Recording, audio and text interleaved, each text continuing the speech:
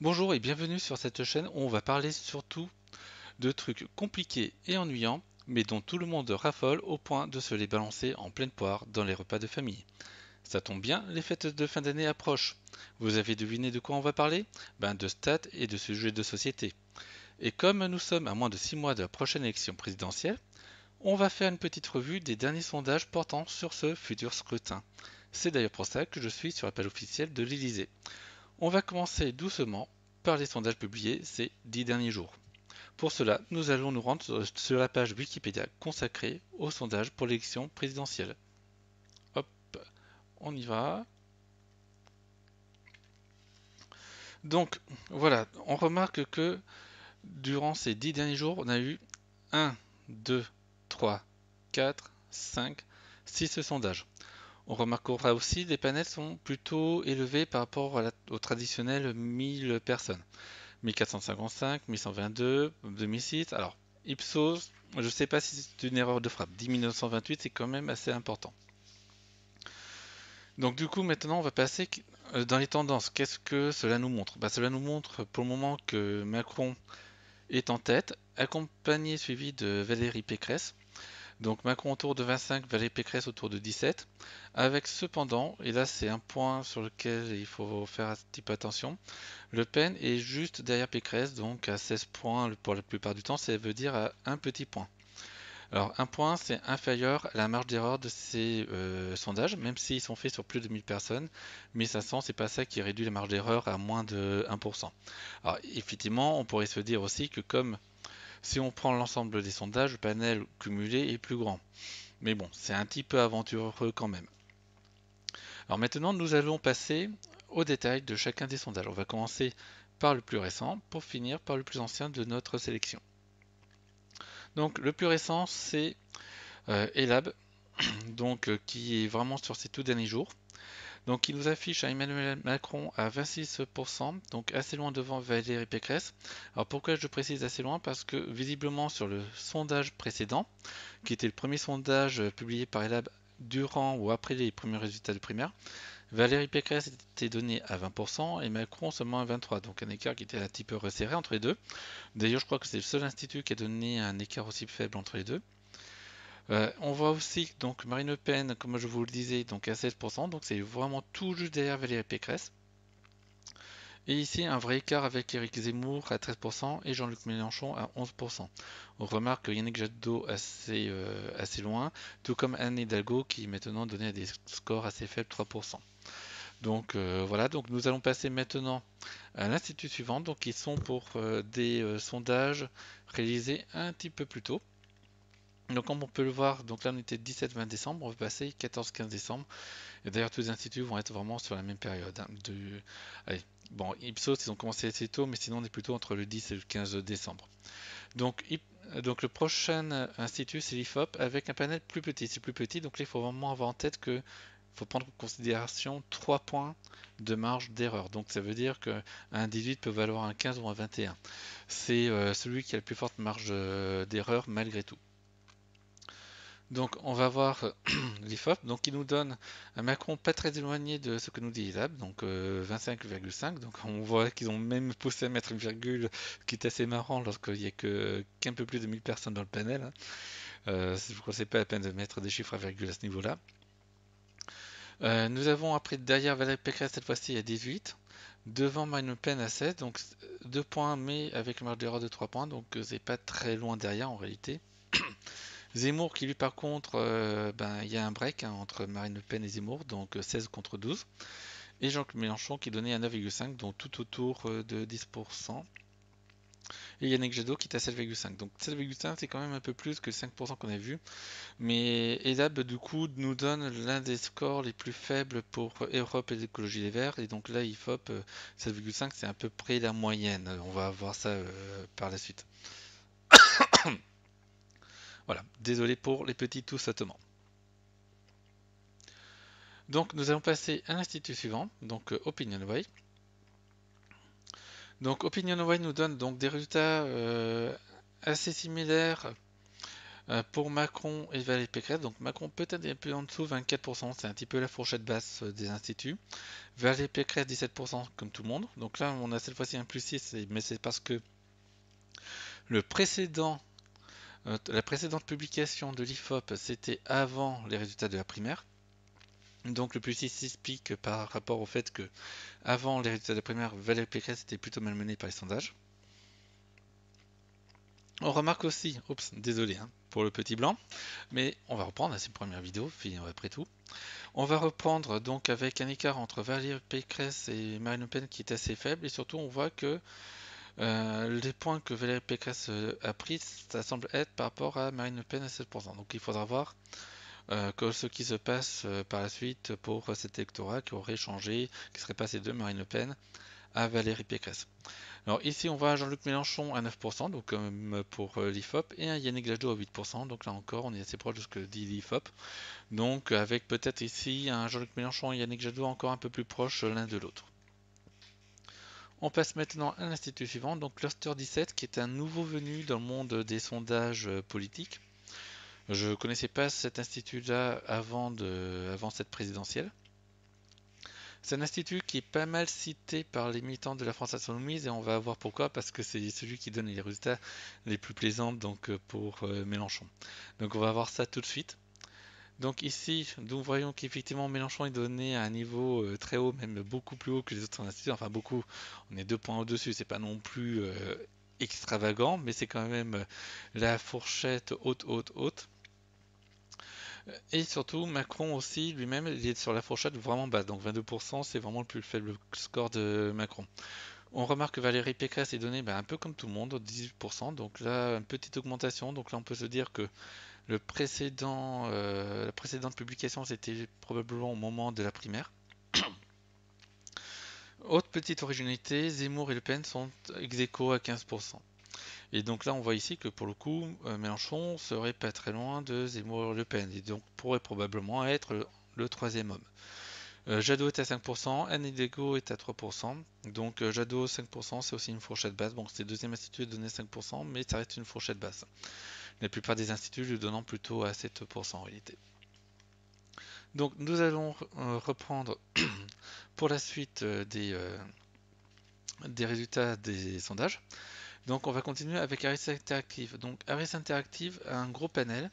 C'est par contre un institut qui avait fait beaucoup parler de lui en octobre parce que c'est lui qui véritablement donnait Zemmour au second tour. Bon, d'autres instituts donnaient peut-être pourquoi pas ex aequo avec Le Pen ou autre, mais Harris Interactive, je me reprends, c'est vraiment l'institut qui donnait Zemmour au second tour.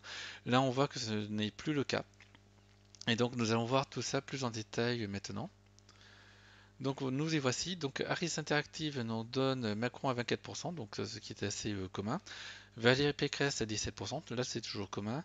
Marine Le Pen à 16%, donc là encore pas de surprise, c'est ce que nous avons dans la plupart des sondages. On remarque cette fois-ci que pas Marine Le Pen, mais que Éric Zemmour est à 15%, comme cluster, mais c'est aussi un score assez élevé. Et puis là on peut voir que la différence entre Zemmour, Le Pen et Pécresse, Harris Interactive les mettent vraiment dans un mouchoir de poche, puisqu'on est quand même autour de 2% de marge d'erreur. Donc là on y est. Par contre, on a une vraie cassure avec Mélenchon qui, même s'il donnait 11%, donc qui est un score plutôt honorable en ce moment pour les instituts de sondage, c'est cette fois-ci assez loin de Zemmour. Et Yannick Jadot à 7% est encore plus loin. Peu de changements pour les autres candidats, donc Anne Hidalgo, Roussel, Montebourg, Dupont-Aignan, donc ils sont dans des scores assez faibles, y compris Anne Hidalgo à 4%. On va continuer, donc le prochain institut c'est l'Ipsos. Donc l'Ipsos dont je soupçonne une petite erreur de frappe sur le panel, ou sinon c'est vraiment un très très très très gros panel. Et donc nous allons voir ça tout de suite plus en détail sur les résultats. Donc ici 24% pour Emmanuel Macron, 17% pour Valérie Pécresse, donc quelque chose de tout à fait commun aux autres instituts globalement. On a une première originalité sur les scores de Le Pen et Zemmour, donc Marine Le Pen à 14,5, je crois que c'est l'institut qui donne le plus faible score à Marine Le Pen. Et Zemmour qui du coup se retrouve à égalité avec Marine Le Pen. Donc là ils sont vraiment donc à égalité ici. Et là, ils sont quand même un petit peu loin de Valérie Pécresse, c'est-à-dire que on a un petit break. Alors c'est 2,5 points, mais vu le panel, on est censé avoir moins de 2% d'écart. Bon, même si je soupçonne encore une erreur de frappe. D'ailleurs, on va voir tout de suite si c'est une erreur de frappe ou pas, si vous voulez bien. Hop là. On va voir sur quel type. Donc ils ont fait. Bon, souvent ils posent beaucoup de questions. Ça va plus loin, mais après, comme ce sont des sous-échantillons, c'est compliqué de pouvoir vraiment se faire une idée là-dessus. Eh ben non, ce n'est pas une erreur de frappe. Ils ont effectivement fait un sondage sur plus de 10 000 personnes, donc avec des marges d'erreur potentielles inférieures à 1%. Bon ben chapeau, sacré travail, ça a dû coûter très cher parce que ça veut dire que le coût c'est 10 fois le coût d'un sondage normal, hein, c'est énorme. Alors mine de rien, ils ont aussi souligné 6332. Je pense que certaines questions du sondage ont été posées sur 6332 personnes, probablement. Mais en tout cas, chapeau. Chapeau pour l'effort parce que c'est vraiment c'est rare. Donc on va retourner sur nos résultats. Et donc ici nous avons donc Yannick Jadot et Mélenchon qui sont donnés à égalité. Donc ça c'est le score max pour Yannick Jadot, 8,5.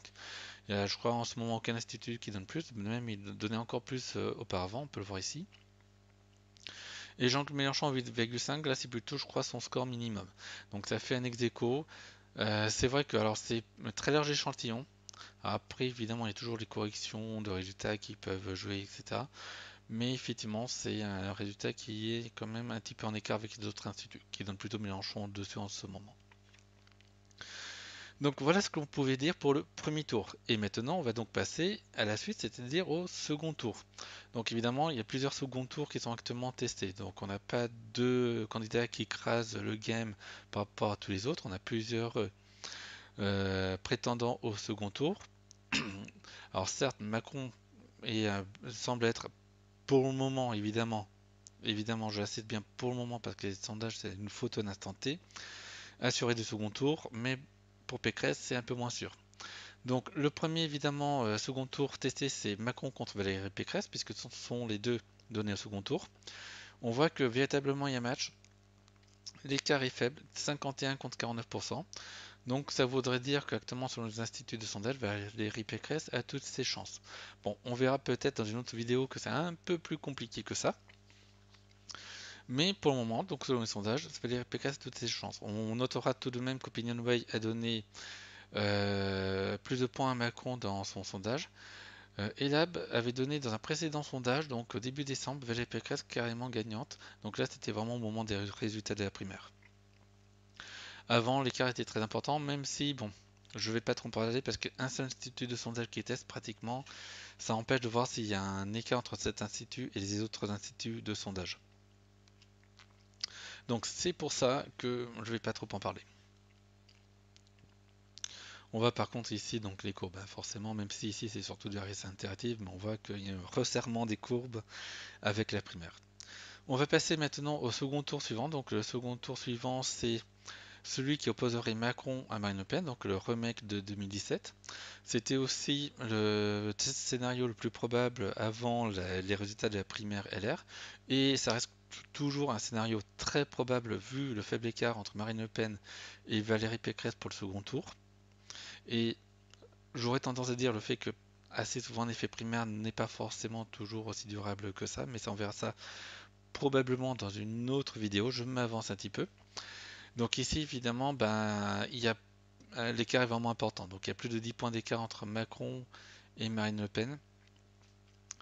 Donc 57-43, 56-44, 58-42, c'est vraiment important. À un moment donné, les écarts étaient plus resserrés. On avait même entendu parler d'un 52-48 ou autre. Assez souvent de 53-47, mine de rien, notamment au printemps. Donc on avait pu voir des écarts un petit peu plus resserrés. Donc les écarts tendent à augmenter. Et notamment les courbes le montrent. On voit que c'est petit à petit, progressivement, mais on a un écart qui augmente. Le second tour suivant, donc c'est celui qui opposerait Macron à Zemmour. Donc ça c'était le scénario dont les réseaux sociaux parlaient beaucoup en octobre et novembre. notamment un récit interactif qui donnait très souvent donc Zemmour au second tour. Ils ont même donné à un moment donné un score presque honorable pour Zemmour, donc à 45%, mais les autres instituts n'ont jamais vraiment été d'accord, donc puisque la plupart du temps on a du 60-40%, et actuellement on est dans des scores encore plus importants que ça, donc largement au-dessus de 60% pour Emmanuel Macron. Donc si jamais là il y avait un second tour entre Macron et Eric Zemmour, bon, les chances que Eric Zemmour devienne président seraient quand même très faibles. Alors les choses peuvent changer aussi d'ici la présidentielle, tout, tout peut arriver, mais c'est vrai qu'il devient de plus en plus difficile à imaginer que Zemmour puisse devenir président de la République sur ce coup-là. Et là on voit les courbes sont assez cruelles hein, pour Eric Zemmour. L'écart a grandi, puis là ça grandit vraiment rapidement. C'est pas le petit à petit comme ce qui se passe entre Macron et Marine Le Pen, là c'est vraiment carrément. L'autre second tour qui a été à un moment donné testé, alors on va revenir parce que c'est un peu problématique ce tableau-là, mais je vais vous expliquer pourquoi. Donc c'est un possible second tour entre Macron et Mélenchon. Donc là on voit qu'au niveau des écarts, il n'y a pas photo, là encore. C'est un peu comme entre Zemmour et Macron, donc c'est plus de 60% pour Macron, moins de 40% pour Mélenchon. Cependant, et là j'insiste bien sur le cependant, nous avons un seul institut de sondage.